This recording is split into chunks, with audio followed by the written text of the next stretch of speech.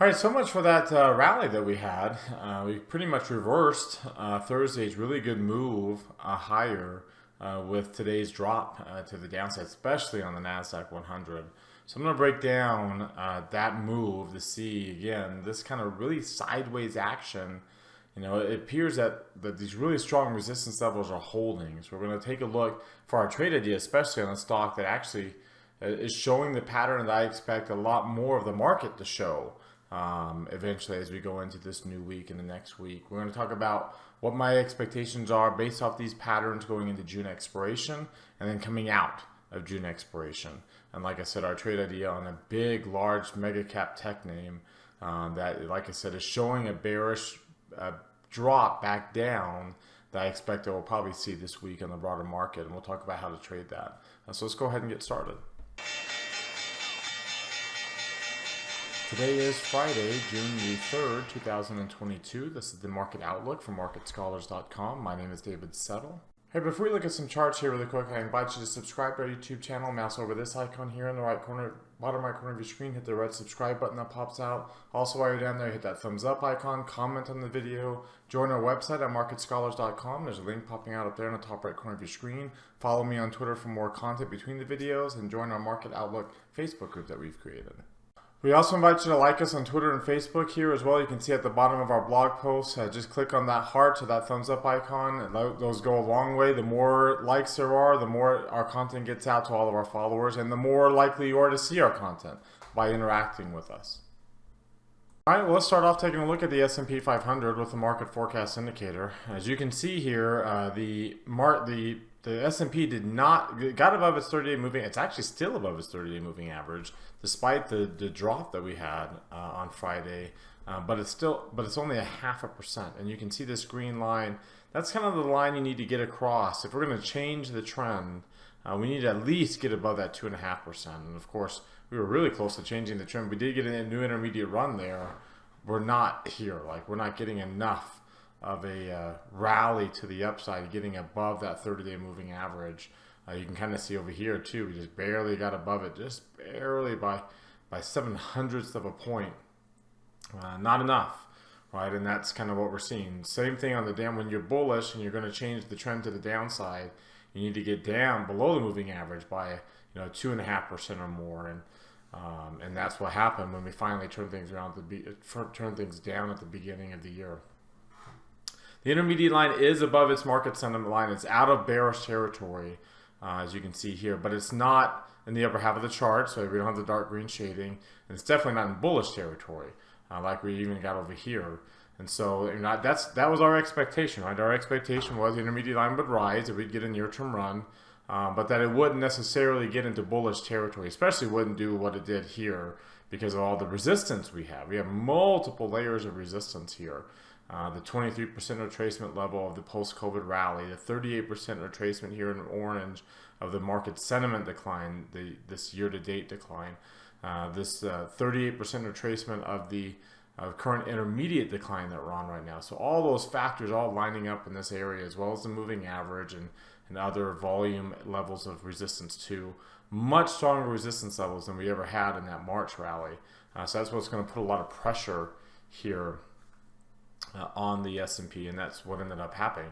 In fact, if you look at the range this week, as we head into resistance, we got a really small week of range here. So last week's range was 283 points on the S&P. This week's range was only 100. So really, really small range, as you can see visually. Still well below the 30-week moving average. The near-term line did get in bullish territory, got in the upper reversal zone. Now we'll see how long we stay. That March rally got the near-term line all the way up to 100 practically. Got the momentum line and the near-term line on the same week up to 100, and that still wasn't bullish enough to change this intermediate line from being in bearish territory. Eventually got out of bearish territory, and eventually got in the upper half of the chart. This one, the intermediate line, is actually a lot lower, so it's more strongly bearish, and it's barely in, just getting outside. It's still actually just barely inside of the lower reversal zone. So we'll see how that ends up playing out by the time all is said and done. There's again the S&P 500. Here's the NASDAQ. You can see the same pattern Just a little bit below the moving average there, but the same levels of resistance. In this case, it's the 23% retracement level, not the 38 of the market sentiment. It's a little bit higher. It is the 38% retracement of the post-COVID rally, not the 23%. So we're actually a little bit lower in that case. And unlike the S&P, this red line is a 23% retracement of the bull market that we've been in since March 2009. We are below that one. The S&P is not below that. We actually came off of the low point.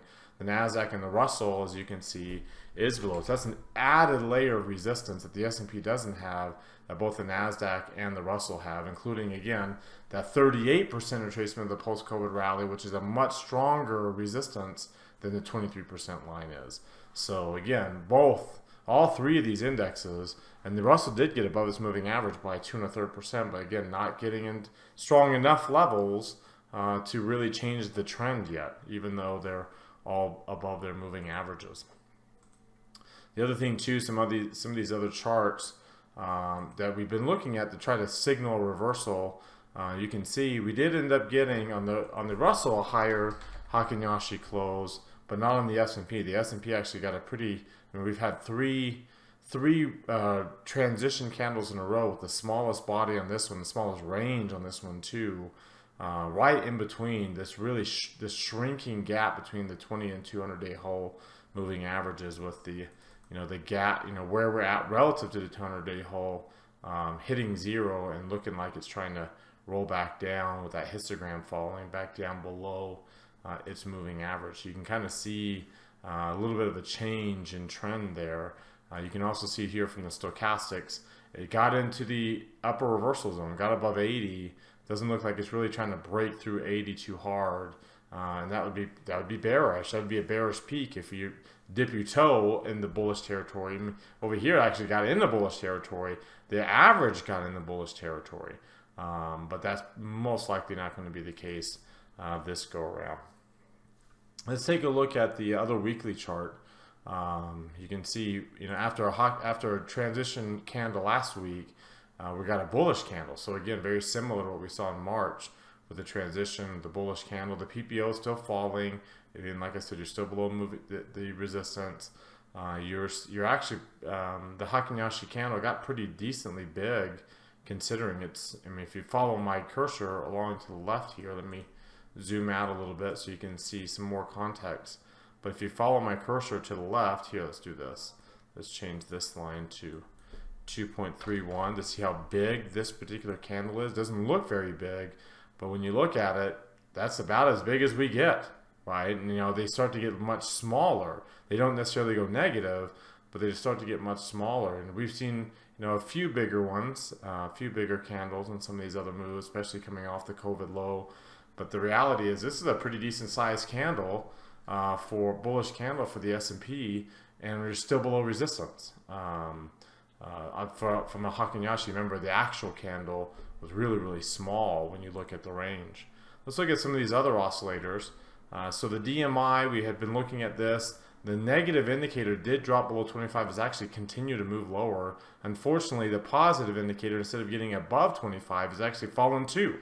And it's actually dropped below 20. So it's not strongly bearish here, but it's definitely not bullish either. Not bullish enough to change the trend. As you can see, the Qs, a very similar pattern, and then IWM as well as the same, very similar pattern. So not bearish. It was a good rally, but it's obviously not bullish either. The trend strength indicator, we've lost the bearish trend that we were on, very strong bearish trend.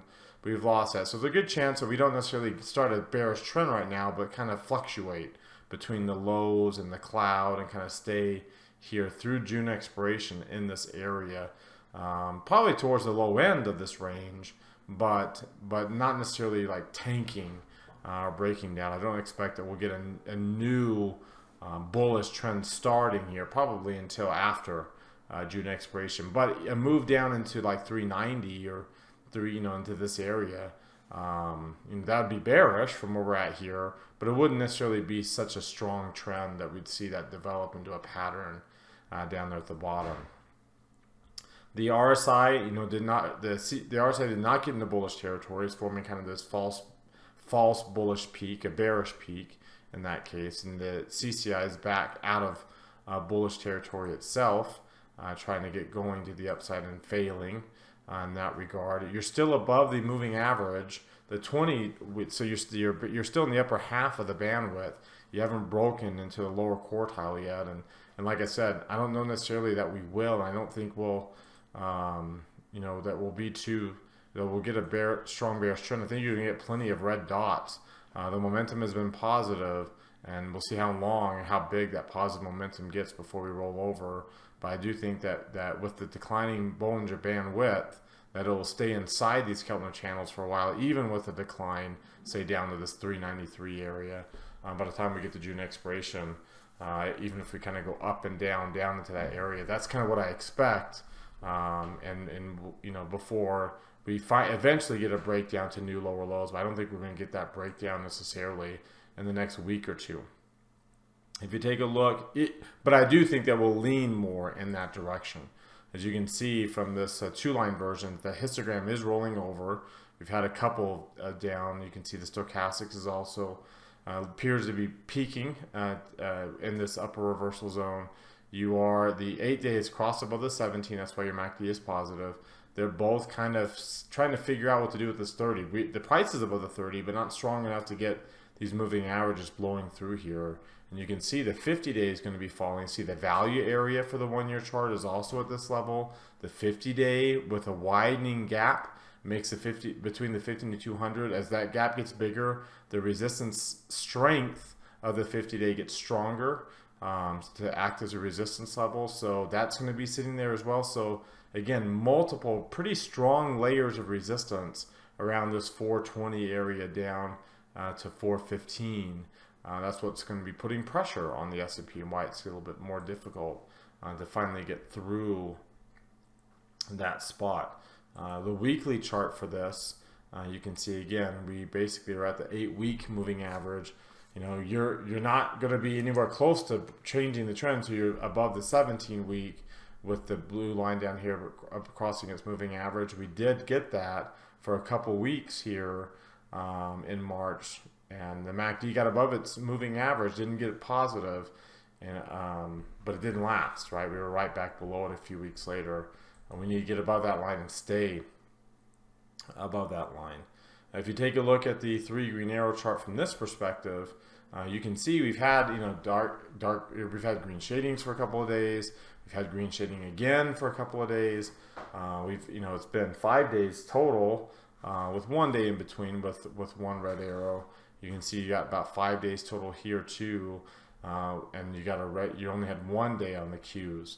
So I expect that you'll probably get more red arrows on these. I don't think we're going to be in this extended green shaded area where we're bullish. I think this kind of tells us that we're probably done with the green shading, especially with IWM having 5 days. That's probably the extent that we'll get, and we'll probably be back below this moving average by early this week, and then back to at least 1, if not 3. Probably won't get the 3 red arrows because your MACD is going to take a few days for that histogram to get back to 0. But your stochastics will be your next one to get in there. They're all in the reversal zones, pretty high in the reversal zones, 91, 90, 88. Those are pretty strong bullish levels. So breaking through these lows of this past week, and this is what it looks like on this chart, will signal that. See this week, you can see the brown lines are going to really shrink because the low point is going to be where my cursor is, the high point is going to be that high tag, and so you can see it's a really tight range for this week. Breaking up to the upside, remember, very strong resistance in this area. Breaking down to the downside, not as much support. So I think that's probably the direction we'll be leaning. If you take a look at the VIX finished the week really oversold. In fact, when you look at the 3 green arrow chart for the VIX, to kind of see how it compares to some of these moving averages, we did get below the 50-week moving average histogram, and the MACD got pretty low. Not as low as what we had in March when we had that strong rally, but we are down, and now we'll see if that histogram continues to roll up, and this changes back up above these moving averages. So really important to kind of watch volatility. I do expect that we will turn back around and sell off some of this rally. I don't think we'll sell off all this rally next week, but I do think we'll start to sell off some of it next week and the week after. And we'll probably get some up and down moves as the bandwidth shrinks and volatility kind of bases. And then we'll set ourselves up post-June expiration probably for a new leg to the downside on the S&P, down to new lower lows as we continue to finish this correction that we have started on the S&P 500, but we haven't ended, probably not until we get closer towards that 350 level. So what do you think? Do you agree with that assessment? Do you disagree? Let me know in the comment section below, especially if you disagree. What charts or indicators tell you why you're either a lot more bullish than I am or a lot more bearish than I am. All right, now let's take a look at what's driving this price action. You can see the 3-month returns, commodities still continuing just to really kill it. And let's look at just what happened on Friday alone. And you can see commodities rallied the most, finished the day, the only asset class besides the dollar that was outperforming. And then down here at the bottom, you can see all the equities, especially the Qs, is falling down hard. IWM only fell 0.8%. The Qs are down, over 2 2.2%. The strong dollar put pressure on international equities. They underperformed. EEM underperforming, especially. They tend to do poorly. Bonds are down too. So this is besides the dollar being bullish, just an inflationary trade with the yields and commodities higher. If I look at how the week ended up, so let's come over here too, including the holiday here, but the 4 days that we had into the week, commodities finished the week strong. Emerging markets finished the week strong despite that Friday decline. They ended up the second best performing asset class. A dollar has been bullish pretty much all week, up and down, but it finished the week bullish. You can see gold was okay. Bonds just got hammered this week. So let's take a look at what they look like here. So let's pull up the 10-year yield first, and you can see the nice good week it had, getting back above the 30-day moving average.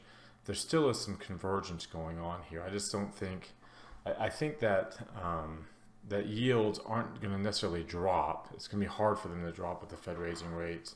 But I think yields are going to flatten, and they're really going to go sideways. There's going to be some ups and downs, but this gap between the 50 and the 200-day moving average, which is pretty huge on the 10-year note, is definitely going to start to shrink down a lot more. So here's what it looks like on the MACD, and let me zoom out so you can see some perspective here. And let's just go out to 20 years of where we're at right now. We're in the 90th percentile. It did get a bigger gap there where we got right about to this 45%. And you can see that what happened was we didn't drop per se. This was in 21, so the Fed wasn't raising rates necessarily. So, but it didn't drop. It just stayed flat for multiple expiration cycles. Stayed flat, and these lines just kind of crisscross each other, and then eventually a little bit of a decline. But for the most part, we were in full-on convergence mode before we even sniffed the 200-day moving average. So that's kind of the pattern I expect that we'll see here, is that we'll just go sideways here. If this is where the mall market thinks the Fed's going to raise rates to, we're probably going to go sideways here around the 300 basis point mark, 3% mark, until we get our correction bounce, which will probably lift us up a little bit more, and then we'll get a bearish move in yields once the Fed is once we're done, right? And you can see this is that fake bear market that we had in yields. We're in a sharp decline. Bonds are in a big bull market. But bonds right now, long-term bonds are in a tremendous bear market, especially when you look at it on the weekly chart. This is tremendous bear market here. So, and if I were to switch this back out now, well, I can look at the 50 and 200-day moving averages.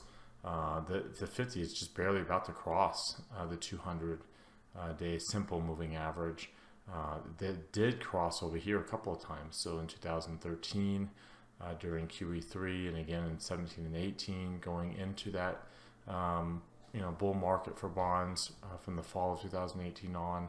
but this is a much bigger drop, especially when you look at it on the regular MACD settings that we use, the 8 and 17 week moving averages, pretty significant MACD down here, and you notice that it's close to crossing above its moving average, and the MACD is, the histogram is about to get that green arrow, which would be the crossover, and then again getting above the 8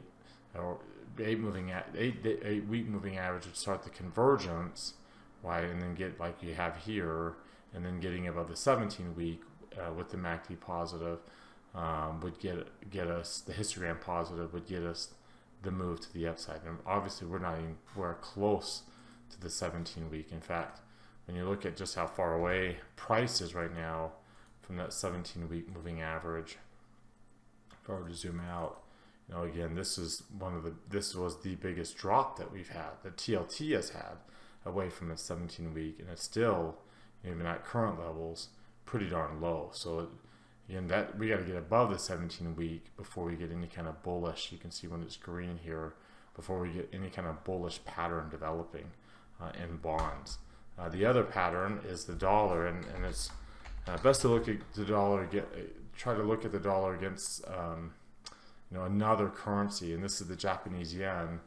You can see the Japanese yen here has had a really good week itself. The dollar had a good week, so the dollar had a good week against the yen. Remember, the yen is a safe haven currency, so when this goes up, it goes up together. One of the things I wanted to point out was this correlation here, the dollar between the US and the yen. So traditionally, the S&P 500 and the US yen pair are positively correlated. You can see it spends more time above zero than it does below zero.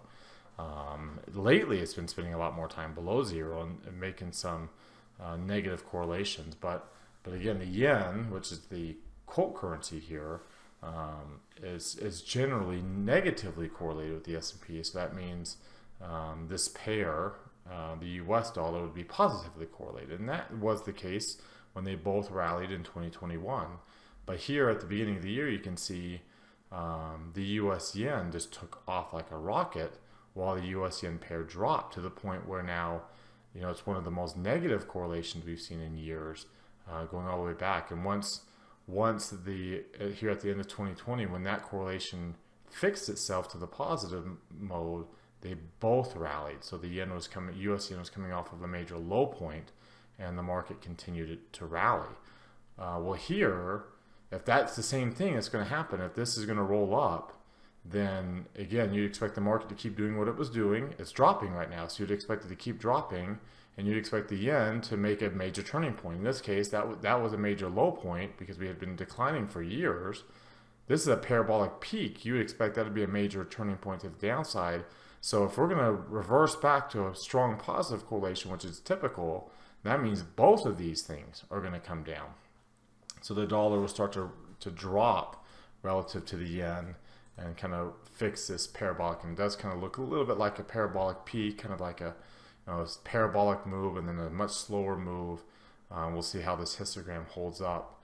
The dollar itself, when you look at it against the basket of currencies, I mean, like I said, it was a good week for the dollar, but not enough to get above the 17-day moving average.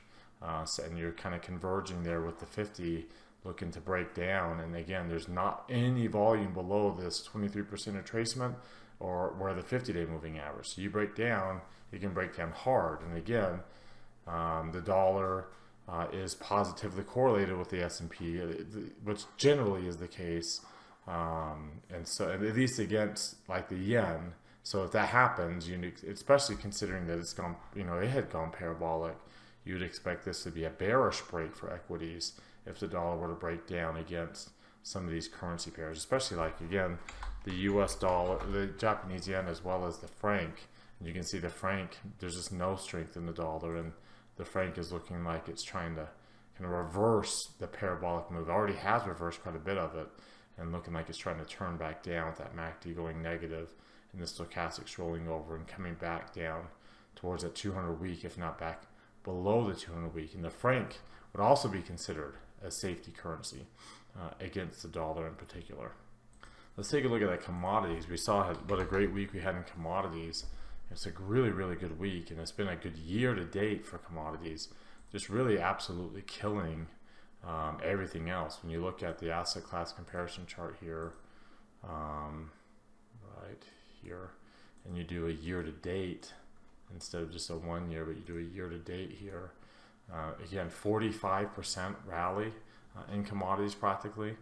The dollar up 6.5%, the gold's up 1%, bonds are down, the Qs are down. Like, it's not, you don't, when the market is in correction mode, like it pretty much has been since the beginning of the year, when the market's in correction mode, generally speaking, commodities correct with it. There has been one famous example of when that didn't happen, and that was the correction that preceded the bear market 2008. Where that correction from the end of 2007 into the beginning of 2008 was a normal correction. Then we bounced up into, from the March low, we bounced up to the May peak in 2008. That was our failed correction bounce. And then once we failed and broke back below the 200-week moving average, the bear market started. And we fell 45% from May 2008 down to the low point by March 2009. But commodities during that correction of late 2007 into early 2008 into March, commodities actually rallied, right? They rallied into January. They finally turned back around into that March low point that commodities did. By the end of the correction, they corrected. But for the most part of that correction, the commodities rallied while the equities corrected. And that's happening right now. So again, it's one of those pretty major signs. There's a few others, but this is one of the major signs that this correction could very well precede the next bear market. Like this would be the correction that leads to the failed correction bounce, because all the other corrections led to successful correction bounces up to new highs.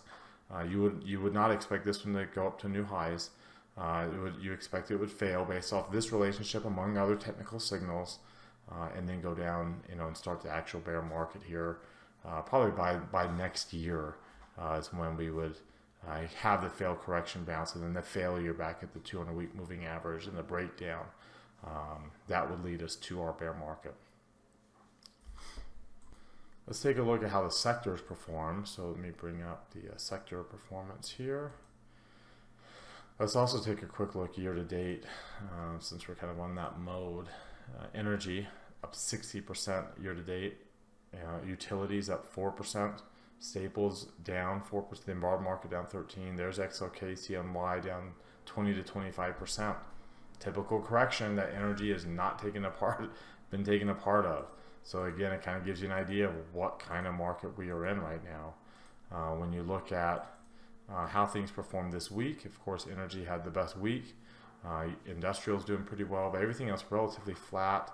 Healthcare, real estate, financials. Financials and real estate aren't necessarily the same interest rate sensitivity. One does well when interest rates rise, financials, and real estate and utilities do much better when interest rates fall. That's not really happening, but they're both kind of lagging, staples and healthcare. So a little bit of a risk. I mean, most of your risk off. If you include utilities and staples and real estate and healthcare, those are your safety sectors, and they ended up underperforming the market. So interesting that it was kind of a risk-off market when you look at the sector performance, even though the S&P actually finished down. So that kind of goes to show what kind of week, especially in healthcare, what kind of week we ended up having. Materials started the week off poorly, finished the week near break-even levels, along with industrials. So some cyclical areas of the market that aren't your typical XLK, XLY, XLC, but they are part of the cyclical areas. Ended up doing pretty well this week. All right, so for our trade idea of the day, I wanted to take a look at Apple. Apple also kind of held resistance at that 30-day moving average, as well as multiple Fibonacci retracement levels, same as the broader market as a whole. Obviously, it's back down more than 3.5% below its moving average. Its near-term line coming out of the reversal zone, the momentum line getting to oversold territory, so a little bit more bearish than what you see. In fact, when you look at its whole moving average, remember the S&P was just getting us a transition candle. Well, Apple actually got us a bearish candle. Now it's nowhere near, it's not below the hull yet. So the hull's not red. The parabolic star has not moved up yet, but you do have the first of the three. In this case, the first of three, which is a pretty bearish candle. That's a pretty bearish Hakunashi candle. And you can see the histogram rolling down there in terms of how far we already are below the 200-day hull. You can see there's also a pretty strong volume node here in this area for Apple. Another reason why this was such a strong resistance. And you can see the histogram rolling down. The MACD never did get positive, but it got close to zero. The histogram's rolling down, and we're back below the 8-day moving average. And you can see where those 23% lines are. Getting back below those will extend the move. And you remember, Apple has just started its correction. So, I mean, in fact, you could still argue that this is the pullback. But it's just barely gotten below its 50-week moving average, and that's how much of a gap it has to go and how far down it could go, right? The previous low point down to that 38%. And again, I don't expect that the market or even Apple will get down to lower lows, but you can see getting down to this 133 level, is very feasible by June, especially into July. I think by July expiration probably will be down to lower lows after some ups and downs in between. When you look at its directional movement index, you can see its negative line actually did come back up, whereas the S&P was kept dropping. This did jump back up above 25 and dropping back below 20 on the positive indicator. When you look at the RSI and the CCI, you can see, again, we did not get above 100 and we roll back down, and we did not get strongly above 50 either, rolling back down. So a lot less bullish on some of these indicators here. When you look at the Ichimoku cloud, we also broke the trend with that move above the blue line on the Hawk, well below the cloud here, but you can see, we're right back down below. And so just like that, we're kind of giving up. We've lost that bullish momentum, and we're back into the lower half of the chart, whereas the S&P is still in the upper half. So you can see how Apple's a little bit more bearish, and again, the bandwidth is falling, so I still believe that we'll probably have some ups and downs, but again, getting below this 145 level will be really important. 144, 143 to 145, getting below those lines will suggest that we're back on a new leg to the downside. It might be a little bit slower leg, hit the low, bounce up, come back down, but that would be my expectation for that stock based on these patterns. So what I decided to do is say, okay, well, let's go, and instead of being really aggressive on these July options, let's just buy the at-the-money options. We buy the 145 and sell the 140. So it's not too aggressive. You can see the break even for this is at 143. So that's where those 23% lines. So as long as we stay below that, we're making money by expiration. If we get below 140, and 133 is where that 38% Fibonacci level is. If it's anywhere in this area, then for that small amount of risk, we're making a pretty decent amount of reward for a relatively higher probability directional trade. Nearly 50% for a directional trade. So relatively higher probability for, like I said, for something that's got a small risk relative to what we normally put on our trades. All right, well, that does it for today. You've heard from me now. Now I want to hear from you. Use that link popping out in the top right corner of your screen. That takes you to our Market Outlook forums. Open up any new thread with any questions or comments you have. Reply to anybody else's threads. And let's keep this conversation going in between videos. As always, thank you very much for watching. Remember to subscribe to our YouTube channel. Hit that thumbs up icon. Comment on the video below. Have a great rest of your weekend, everybody. And we'll see you all on Monday.